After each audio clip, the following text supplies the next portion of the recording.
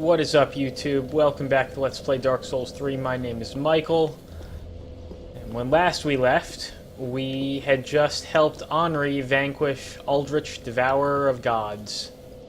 So now we're gonna go do the same thing. I don't have any bone shards, do I? Nope. To Anor Londo. I love this part of the game a lot.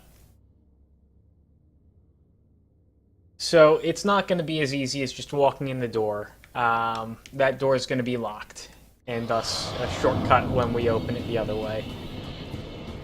Of course, we remember there's two knights up here. They're going to dramatically walk down the stairs at us. I don't want to charge up there because I could aggro both of them at once, and that would be really bad. As long as I can fight them one at a time, they're really no threat.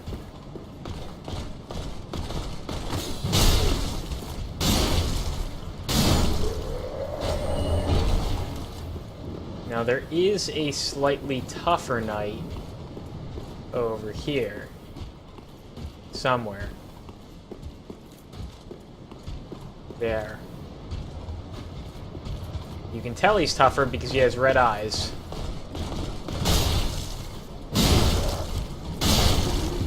And more health.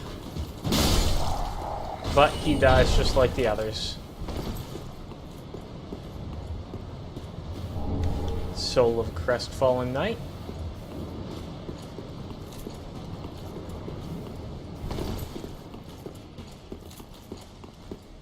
No way in here.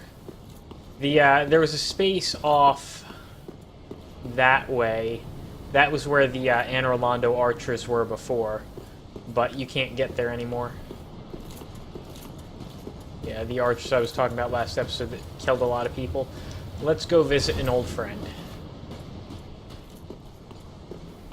I think there's anything down here. Nope.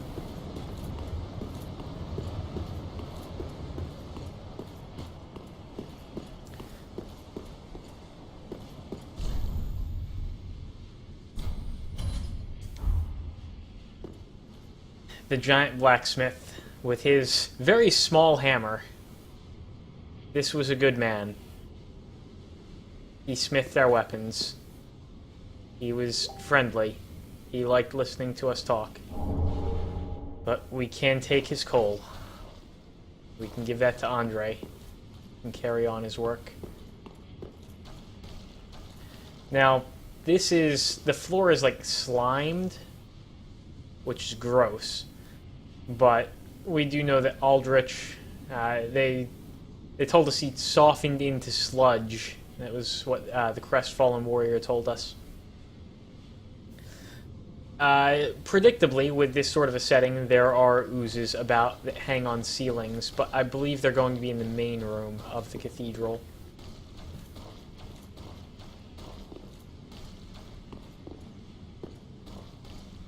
Which I guess we're going into now. So I'm going to try to keep moving pretty quickly once we start through here and not let them get the drop on us. Quite literally, you know.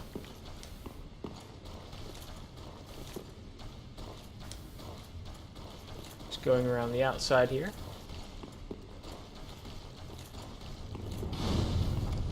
There's no way through here. This used to be a different part of the level in Souls 1, but that's no longer the case. Let's go back this way. I wonder if any slimes dropped behind us. We'll probably run into them. Not that I can see.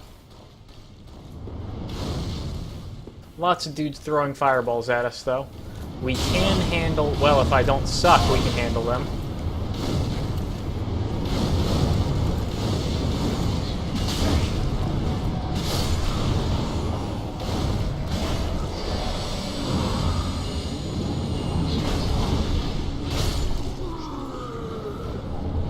Proof of Concord kept.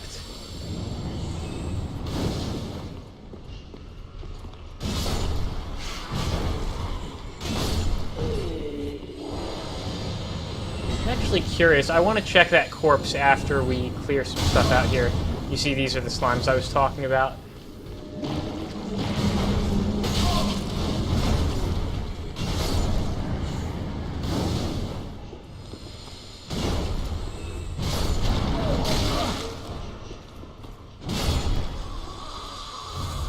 You see on the ceiling there's another of those giant guys who do curse damage.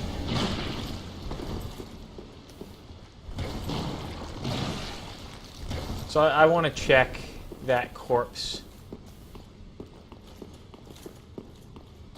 Oh, and there's an item here too. Deep gem. Where was it? Here. Okay, no unique armor or anything. I believe you get whatever the Covenant item was that... It might have still been Proof of Concord kept. It might have been called something else. But that ear item... I think you get that from the event I was talking about the other day where you invade, in this room, the world of an NPC and kill him to reclaim what he stole from you. This is where you summon Solaire. Praise the sun, but he's not here. Solaire is long gone from this world. I think the next thing we're going to do is go across the way there and grab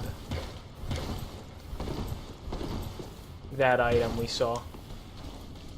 Just trying not to get dropped on by slime. Want to keep moving.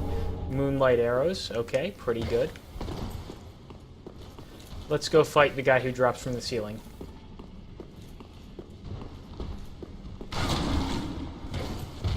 There you are.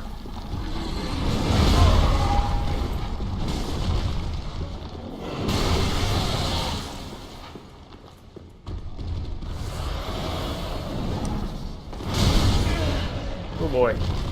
You're a mean one.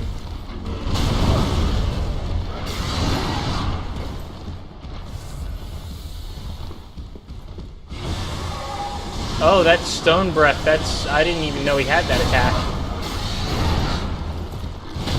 But I guess he does curse, so it makes sense. Got him. Got Aldrich's Ruby. We'll look at that when we're not running from slimes. This lever will open up this door, giving us a shortcut back into this room. We don't have to go around the long way anymore.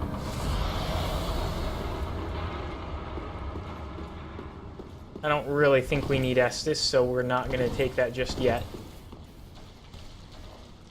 A chest for us with an Estus shard. It's been a while since we got one of those, so I'm grateful for it. And these slimes just take so long to kill, I'm going to completely ignore them. But we see some light shows going on in here. And, of course, this is where we fought Ornstein and Smo in the first game. And also the room where we fought Aldrich with Henri. Now it's our turn. So, I will let you enjoy the fight, enjoy the music. It itself is a throwback. It'll be a little harder this time because we're alone.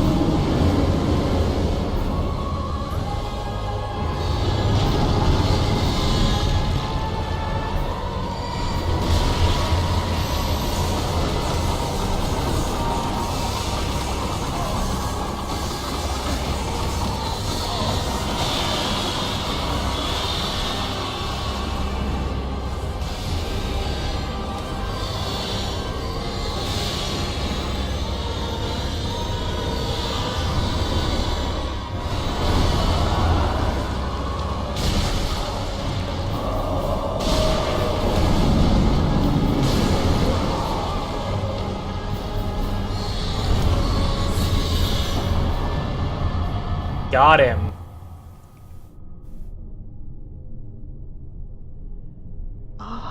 Unkindled one. The fire fades and awaits its one last lord.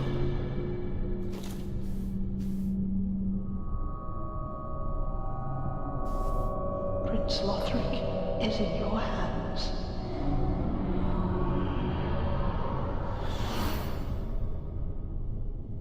Please save his soul.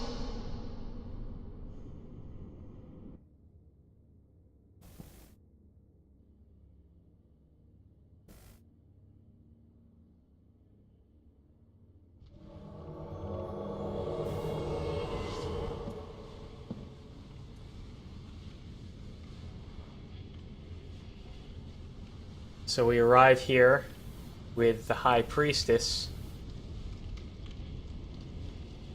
from earlier, Emma, she said her name was, back in Lothric. We got the cinders of Aldrich and his soul.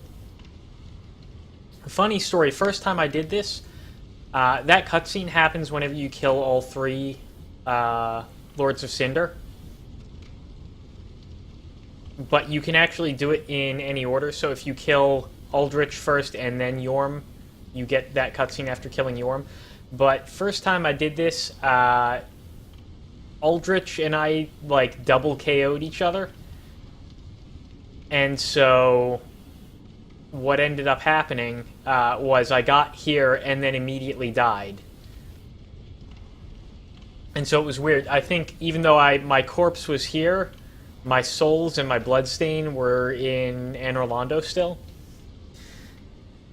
It was weird, and Aldrich has a pretty high potential to do that. The main thing you saw that made the fight difficult, more so than when I was doing it with Henri, is that the arrows, by far his most dangerous attack. Before we're tracking Henri, so I could just stay away from her. This time they tracked me, so I had to, you know, the one time he did that, I had to spend like 15-20 seconds just on defense. And just try and get out of the way of them, because they will kill you by themselves. No questions asked. The phase 2 is pretty simple. He just lights himself on fire. He doesn't really get that much harder with it. It's just a little bit annoying. Anyway, she doesn't seem like she's having a good time. Now, if we were smart, we would probably go to a bonfire before we did this, but let's just do it now. Prince Lothric is in your hands. Please save his soul. Tell him what he must be, a lord.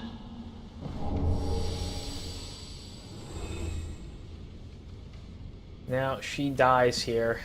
It's blood all over. Why would she die? We get the basin.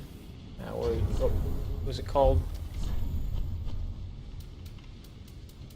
Basin of Vows. Place basin as statue of beheading knight. This is a statue of a knight beheading himself.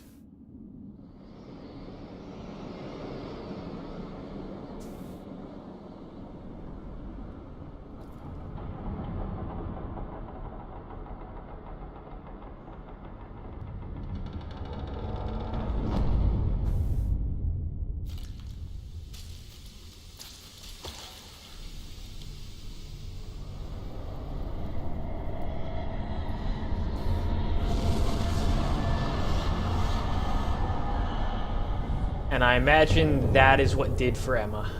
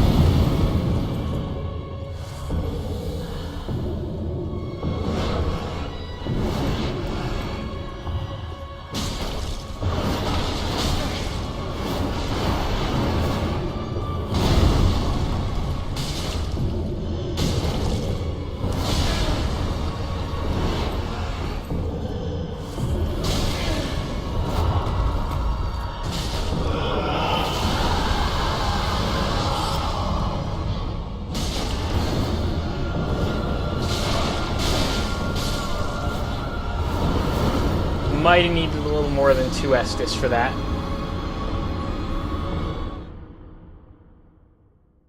I hinted at this several episodes ago. When we were entering Irithyll, there's the one shade that is walking out of Irithyll. They look eerily like the Dancer of the Boreal Valley. So I choose to believe that is the same person.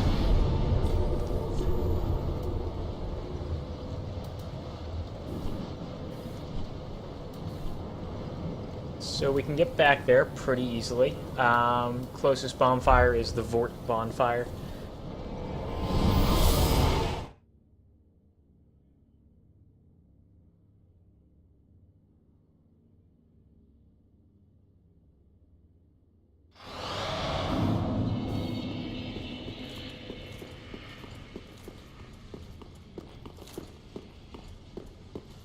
I'm going to run past all of these guys there from the beginning of the game. There, you can see even when they hit me, their damage is sort of trivial at this point. They were once really threatening. So were these guys. These guys were especially threatening. But now I'm just going to run past all of them. Okay, let's do this right.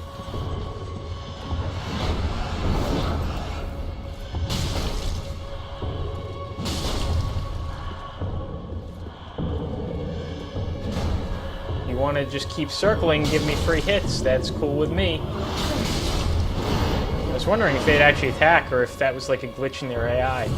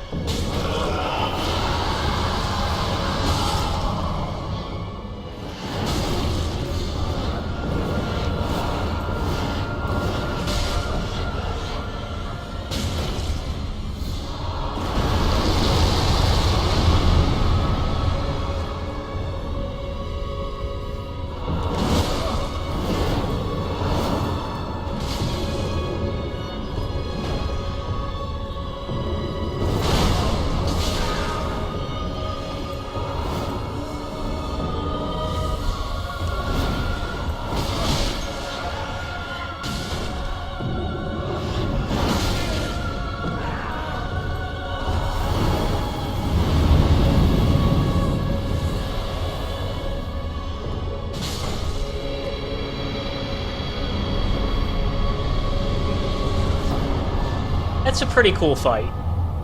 That's an enjoyable battle. So we now have 2 boss souls back to back, Soul of Aldrich and Soul of the Dancer. And we have a whole lot of souls. That's 2 bosses worth of souls. So let's head back to Firelink and spend it.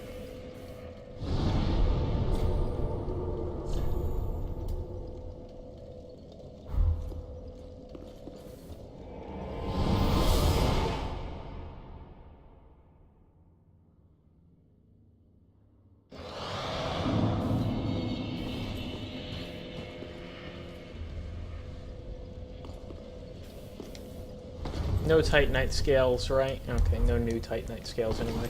Ah.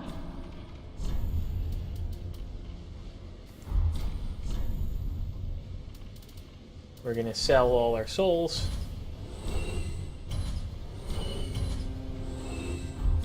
Ashen one. The other thing we're gonna do, we're gonna see if we can upgrade our shield anymore. That is one. Oh, we can give the Giant's Cold Andre while we're here. My. The coal of that peaceable giant. Seems like ages passed. I imagine his passing was long ago. I miss the old bugger, I do. My thanks. I'll be sure this coal is put to good use. I'll be smithing weapons never afore seen by the likes of ye. It's but a small service to pay my humble respects. So this Andre is clearly the same Andre from Dark Souls 1. He knew the giant blacksmith. which sort of implies, given that, you know, he says the giant must have died ages past, that Andre is immortal, or at least doesn't age. And that itself, I think, is pretty interesting. I'm not sure, I don't know all the lore on Andre, but he's a cool dude. We also picked up an Estus shard. I think we only have the one, yeah. But we do have Titanite chunks, so we can get a +7 shield. Pretty big, I know.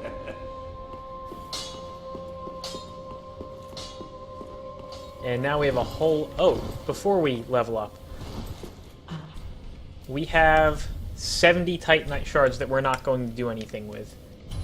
We have 34 large Titanite shards we're not going to do anything with. We have Twinkling Titanite that we aren't going to do anything with. In fact, all of these gems, we're not going to do anything with them. So they give us kind of a lot of souls when they're all put together. I'm going to sell all of them. The only thing we need is the Titanite chunk and the scales. Ashen one. That gave us an extra 30,000 souls, which isn't that much in the grand scheme of things, but it's more use than we were going to get out of the items any other way. Welcome home, I speak. Very well, then take.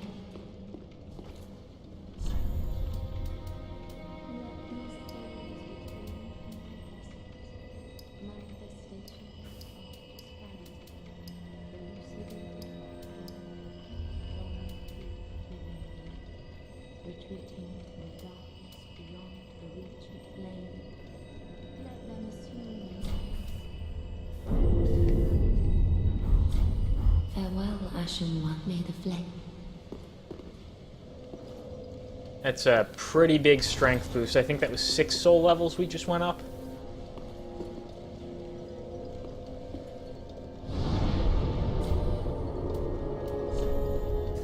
So we can go back to the dancer here. And there's... We never actually got the opportunity to place the urn of or the basin of vows. So let's do that.